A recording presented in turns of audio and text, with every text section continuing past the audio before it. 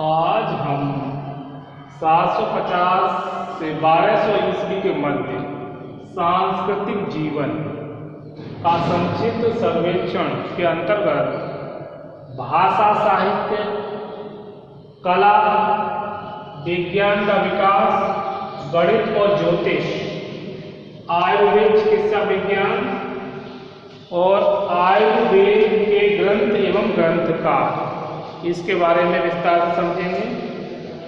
इससे पूर्व में हमने इस काल के साहित्यिक,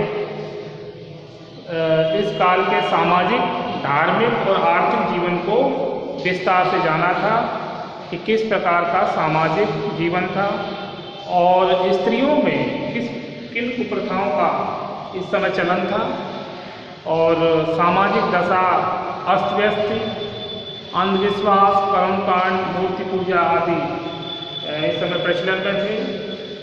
और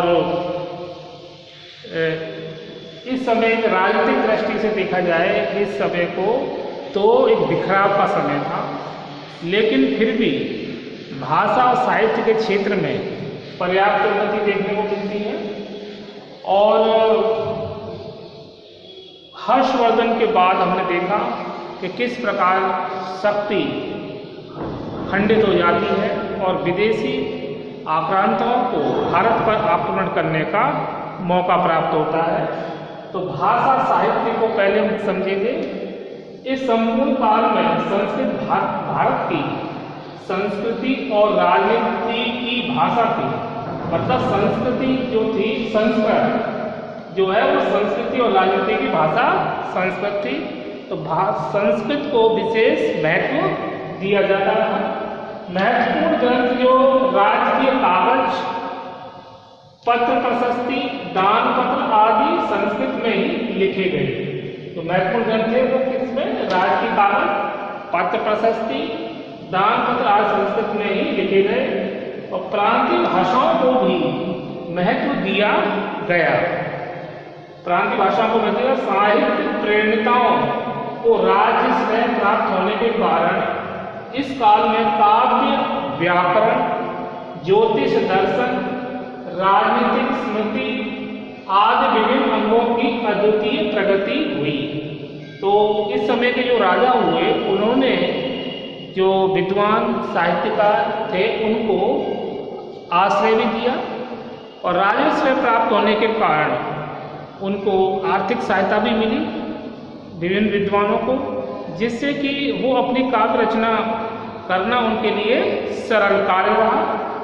तो इस समय जो महत्वपूर्ण जो रचनाएं की गई और उनके कौन कौन रचनाकार हुए उनके बारे में विस्तार से समझेंगे। जिसमें हम देखते हैं किराता जुनीय रचयिता, ये इसके थे भारवी को अलंकृत श्रेणी का जन्मदाता माना जाता है। तो रचना है किरातार्जुनी, इसकी रचनाकार है भारवी।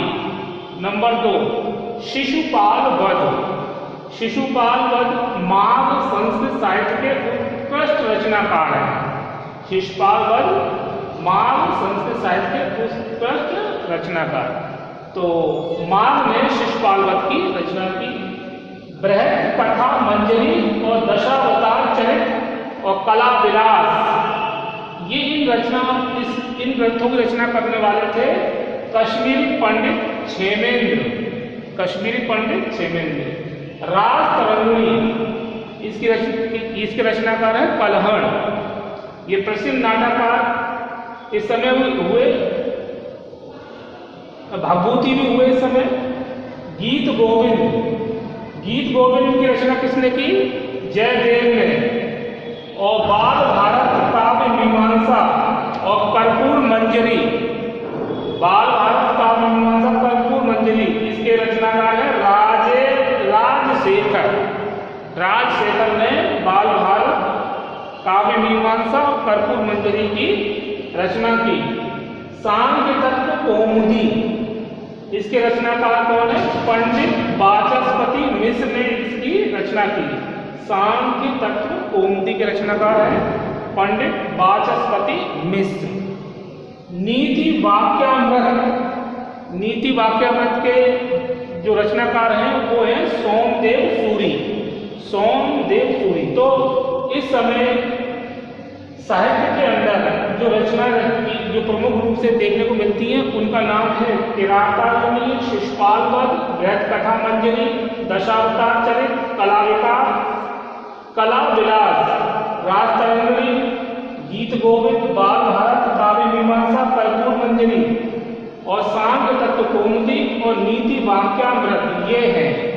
और जो प्रमुख साहित्यकार हुए इस समय उसमें भारवी, मांग, कश्मीर पंडित छेदेन्द्र, कलहड़, भवभूति, जयदेव, राजशेखर, पंडित वाचस्पति मिश्र और सोमदेव सूरी। इसके बाद कला। इस युग के शासकों का कला के प्रति बड़ा अनुराग था। मंदिर, चैत्य, स्तूप आदि का बड़े पैमाने पर निर्माण कराया गया इस समय। ठीक है, इस युग में क्या शासकों ने कला के क्षेत्र में भी अपना पर्याप्त योगदान दिया और उन्होंने आर्थिक सहायता भी दी। तो इस समय मंदिर निर्माण शैली का भी विकास देखने को मिलता है। चैत्य बने, स्तूपों का निर्माण हुआ बौद्ध धर्म ग्रंथों के अनुसार और बड़े पैमाने पर इनका निर्माण कराया गया। मंदिर भी कई प्रकार के मिलते हैं इस समय के, जैसे चट्टान को काटकर बनाए हुए मंदिर, पत्थर एवं ईंटों को जोड़कर बनाए हुए मंदिर, गुहा मंदिर, द्रविड़ शैली के मंदिर, वर्गाकार गृह। इनमें वर्गाकार द्रविड़ शैली के मंदिरों में क्या विशेषता थी कि इसमें वर्गाकार गर्भगृह होता था। द्रविड़ शैली के मंदिरों की विशेषता यही रही कि इसमें वर्गाकार गर्भगृह देखने को मिलता है। सोमनाथ का मंदिर आबू पर्वत पर बना मंदिर इस काल की कला के परिचायक है। महाबलीपुरम का मंदिर द्रविड़ शैली का मंदिर है। महाबलीपुरम जो कि विख्यात मंदिर है वो किस शैली में बनाया गया? द्रविड़ शैली में। इस काल में चित्र कला शैली भी काफी विकसित थी। इसमें राजपूत शैली, गुजरात तथा जैन शैली, दक्षिण चित्रकला शैली प्रसिद्ध थी।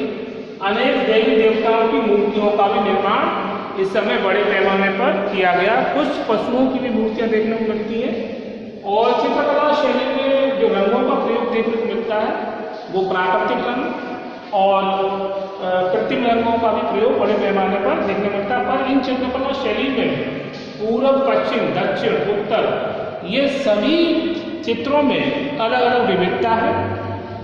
विज्ञान का विकास नेक्स्ट एडिट। गुप्त काल में आर्यभट्ट नामक महान गणितज्ञ एवं ज्योतिषाचार्य हुए। इसके अतिरिक्त बराहमिहिर, ब्रह्मगुप्त, महावीर, श्रीधर, पद्मनाभ, भास्कर, मुंजार, श्रीपति, नारायण आदि ज्योतिषियों और गणितज्ञों ने हिंदू ज्योतिष गणित विद्या में अपनी धाक जमा रखी। तो इस समय गणितज्ञ और ज्योतिषियों शास्त्र का भी गणित एवं ज्योतिष शास्त्र का बड़े पैमाने पर विकास हुआ, जिसमें आर्यभट्ट और बराहमिहिर का नाम प्रमुख रूप से आता है। वैदिक युग के बाद हिंदुओं में दशमलव प्रणाली और गणित में शून्य का प्रयोग किया गया। तो वैदिक काल के बाद हिंदुओं में कौन सी दशमलव प्रणाली और गणित में शून्य का प्रयोग देखने को मिलता है। आर्यभट्ट के बाद गणित और ज्योतिष में ऋषभ पांडित्य का परिचय ब्रह्मगुप्त ने दिया। तो ब्रह्मगुप्त 830 ईस्वी में मैसूर राज्य के निवासी महावीर द्वारा रचित गणित सार संग्रह गणित के क्षेत्र में सदा सुरक्षित रहेगा। तो ये 830 में मैसूर राज्य के निवासी जो थे महावीर, उनके द्वारा जो रचना की गई वो गणित सार संग्रह गणित के क्षेत्र में महत्वपूर्ण रचना है, जिसमें विभिन्न प्रकार की मतलब नापतोल और गणित से संबंधित बहुत सारी बातों का उल्लेख इस ग्रंथ में देखने को मिलता है। प्राचीन भारत में 991 ईस्वी में श्रेष्ठ गणितज्ञ श्रीधर का जन्म हुआ। किसका जन्म हुआ? श्रीधर। श्रीधर भी महान गणितज्ञ हुए जिन्होंने गणित के संबंध में विभिन्न प्रकार के जो नियमों को सृजित किया। तो गणित के क्षेत्र में श्रीधर और आर्यभट्ट, बराहमिहिर, इनका महत्वपूर्ण इनकी उपलब्धि मानी जा सकती है कि इन्होंने अपना योगदान दिया। और दशमलव प्रणाली और शून्य का प्रयोग भी वैदिक युग के बाद देखने को मिलता है। ज्योतिष, 9वीं सदी एक और ज्योतिष और गणितज्ञ मुंजाल का काल क्षेत्र उज्जैनी था। तो मुंजाल जो हुए वो कहाँ से ज़्यादा, उनका जो काल क्षेत्र है वो उज्जैनी है, जो वर्तमान में मध्य प्रदेश। तो इन्होंने गणित के क्षेत्र में और ज्योतिष के क्षेत्र में विशेष महत्वपूर्ण कार्य किए। 854 ईस्वी में मुंजाल ने लघु मानस ज्योतिष ग्रंथ की रचना की। 10वीं शताब्दी में काश्यप गोत्रीय श्रीपति ज्योतिष के अच्छे विद्वान हुए। कौन थे? काश्यप गोत्रीय श्रीपति ज्योतिष के अच्छे विद्वान हुए। भास्कर ने अपने सर्वश्रेष्ठ ग्रंथ सिद्धांत शिरोमणि, इनका भास्कर का जो अपना जो ग्रंथ सबसे महत्वपूर्ण है वो सिद्धांत शिरोमणि की रचना की और 1150 ईस्वी में की थी। 1183 ईस्वी में भास्कर ने एक और कृति की रचना की जो कर्ण कुतूहल के नाम से जाना जाता है। तो भास्कर ने एक तो इनकी सिद्धांत शिरोमणि 1150 में इसकी रचना हुई और 1183 ईस्वी में भास्कर ने कर्ण कुतूहल की रचना की। और सिद्धांत शिरोमणि के 4 खंड हैं। सिद्धांत शिरोमणि के 4 खंड हैं। कौन कौन से? लीलावती, बीजगणित, ग्रह गणिताध्याय और गोलाध्याय, ये 4 खंड हैं सिद्धांत शिरोमणि के। इनको ध्यान से देखें, समझे। लीलावती, बीजगणित, ग्रह गणिताध्याय और गोलाध्याय। इसके बाद आयुर्वेद, चिकित्सा विज्ञान। अब गणित और ज्योतिष के बाद इस समय में चिकित्सा के क्षेत्र में भी पर्याप्त विकास देखने को मिलता है। तो आयुर्वेद और चिकित्सा विज्ञान में हमारे प्राचीन ग्रंथों में आत्रेय, सुश्रुत, चरक, जीवक आदि कुछ श्रेष्ठ आयुर्विज्ञानियों की मौलिक देन का उल्लेख मिलता है। रासायनिक नागार्जुन के बारे में अलबरूनी ने उल्लेख किया है कि कीमिया यानी रसायन के एक विख्यात प्रतिनिधि सोमनाथ के पास दाई हक के अधिवासी नागार्जुन हुए। मतलब नागार्जुन के संबंध में भी मतभेद है, पर अलबरूनी ने इसके संबंध में जो वर्णन किया है कि सोमनाथ के पास दाई के अधिवासी नागार्जुन थे। वेद विद्या में पारंगत यानी रसायन शास्त्र में भी नवीनतम अधिकांश में चरक संहिता की शैली में लिखा गया है। इसमें रोग जो नवनीतक है, नवनीतक में चिकित्सा प्रणाली का विशेष रूप से उल्लेख देखने को मिलता है। और इसमें विभिन्न प्रकार की दवाओं के बारे में विवेचन किया गया है, जो कि विभिन्न रोगों में जिनका इस्तेमाल होता था। तो नवनीतक में किसका वर्णन देखने मिलता है? चिकित्सा प्रणाली और दवाओं के बारे में। आयुर्वेद के ग्रंथ एवं ग्रंथकार सुश्रुत संहिता के संवर्धक एवं संस्कारक के रूप में हमें नागार्जुन का उल्लेख मिलता है। लेकिन ये कौन से नागार्जुन है, यह निश्चयपूर्वक कहना संभव नहीं है। लेकिन यहाँ अलबरूनी ने जो लिखा है ना, दाहिक के अधिवासी नागार्जुन थे। सोमनाथ के पास दाहिक जो है वहाँ के अधिवासी नागार्जुन थे। पर यहाँ पर कुछ विद्वान ये मानते कि नागार्जुन के बारे में स्पष्ट कहना संभव नहीं है। सुश्रुत के अतिरिक्त गर्ग, वशिष्ठ, करार, सुषभ, बाणवली आदि बहुत से वेदों और ग्रंथकारों के नाम मिलते हैं।